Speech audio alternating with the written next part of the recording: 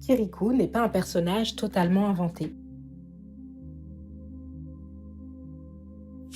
Il s'inspire de contes traditionnels d'Afrique de l'Ouest car Michel Oslo s'est appuyé sur un fond de légende africaine très ancienne. Et cette histoire, c'est Michel Oslo lui-même qui la raconte. Ayant passé une grande partie de son enfance en Guinée, il découvre alors des contes africains. Et plus tard, en lisant un recueil, il tombe sur une histoire qui le marque profondément.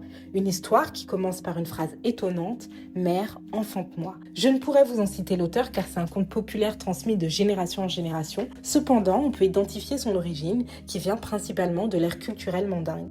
Dans ce conte, un enfant parle depuis le ventre de sa mère et lui demande à naître lui-même et naîtra seul. Puis il part affronter une sorcière qui menace le village.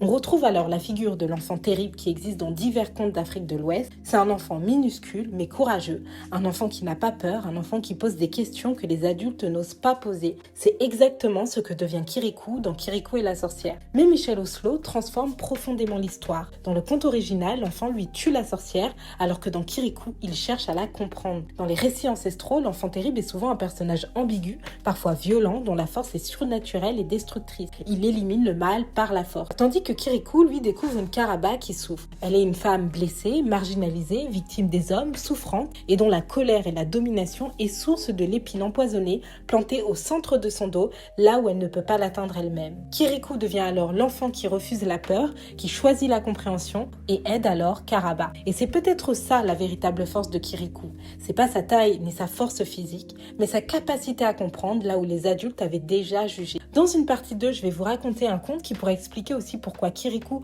ne reste pas enfant longtemps. En tout cas, quand j'ai découvert ce conte-là, ça m'a fortement fait penser à Kirikou. Et du coup, je pense vous en partager l'histoire prochainement.